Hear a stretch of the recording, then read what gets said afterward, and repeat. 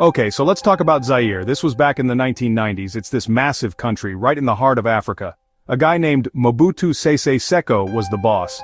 He'd been in power for a very, very long time. Decades. And let's just say things weren't great. The country was struggling, people were tired. This was the powder keg just waiting for a spark. Then, 1994 happened. Rwanda, a genocide, truly horrific stuff. So many lives lost, so much pain. Afterwards, many Hutu refugees fled Rwanda. They poured into eastern Zaire, but here's the thing. Among them were the Interahamwe, the militias who did much of the killing. They set up camps, armed and dangerous. Not good. Now, Rwanda had a new government. It was led by Tutsis, the group targeted in the genocide. They looked across the border into Zaire. They saw these Hutu militias, the genocidaires, and they thought, uh-oh, this is a problem. These guys are regrouping. Right there, Uganda, another neighbor, had similar worries. Their own security was on the line. This was serious. So, a plan started brewing. Enter Laurent Desire Kabila. He was an old-school rebel, been around for a while. Rwanda and Uganda decided to back him. They formed a new rebel alliance, the AFDL. Their main goals? Simple, on paper. March to the capital, Kinshasa, kick Mobutu out, and deal with those Hutu militias. The First Congo War began. So this First Congo War, it moved fast. Mobutu's army, well, it wasn't exactly a well-oiled machine. Many soldiers hadn't been paid in ages. They weren't too motivated to fight for the old regime. The AFDL, with heavy support from Rwanda and Uganda, advanced quickly. Angola and Burundi also joined in against Mobutu. His power just crumbled, like a stale cookie. It was a surprisingly swift campaign, all things considered. By May 1997, it was over for Mobutu.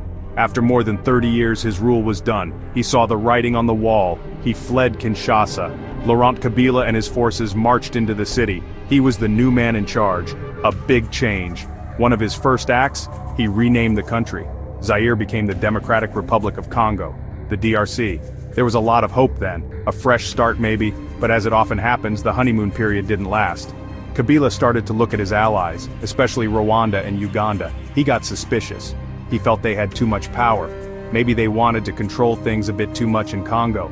He worried about their influence, their troops on his soil. So, in July 1998, he made a big call. He ordered all foreign military forces to leave the DRC. Thanks for the help, guys, but we'll take it from here.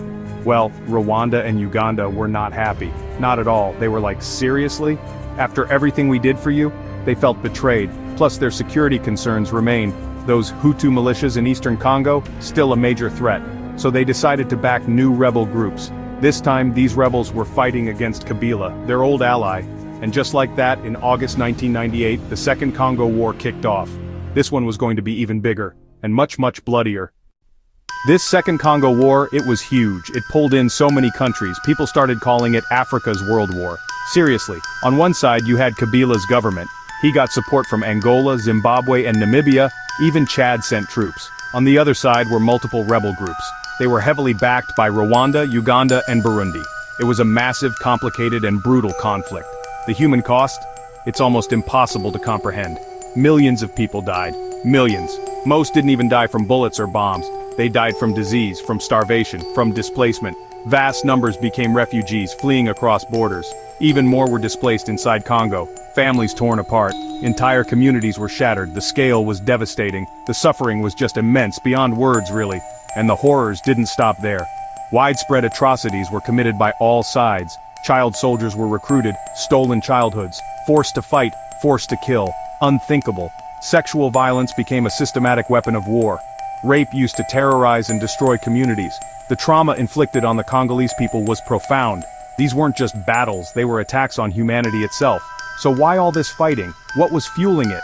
Well, Congo is incredibly rich in natural resources. We're talking gold, diamonds, timber, and coltan. That's a mineral used in your cell phones, your laptops.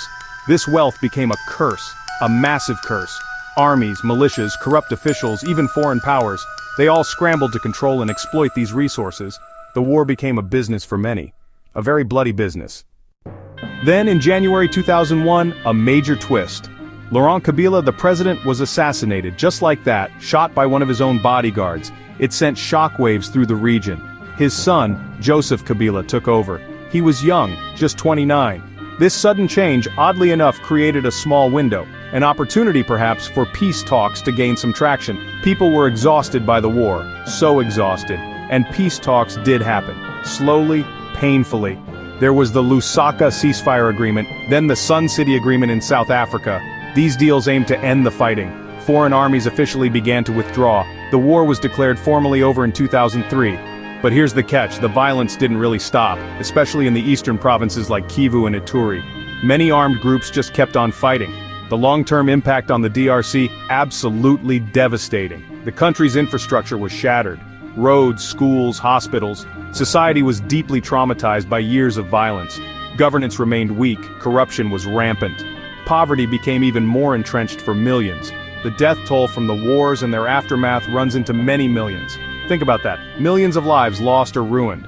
It's a scar on the face of Central Africa. So why do the problems continue today, in 2025? Well, many of those armed groups are still active in the east. They still control mines, terrorize civilians, the illegal exploitation of resources. That coltan and gold, it's still happening. Ethnic tensions, manipulated by power players, still flare up. The struggle for real security, for lasting peace, for genuine democracy, it's an ongoing battle for the Congolese people. The shadow of those wars, it's very, very long.